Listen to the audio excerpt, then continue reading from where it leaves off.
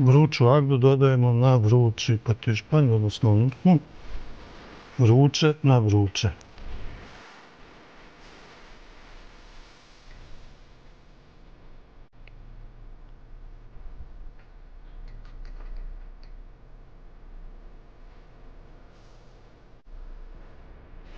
Sad, narode, slijedi onaj najteži dio, čekanje da se ovo sve ohladi. I čim se ohladi, mi ćemo se vratiti da ovo probamo. Evo, dragi prijatelji, patišpanj je prenoćio. Vredi sad i da probam.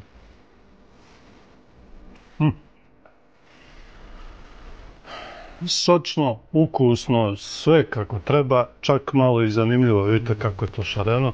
Namjerno smo ovako napravili, napravite i vi, samo pratite recept i uživajte u našim receptima.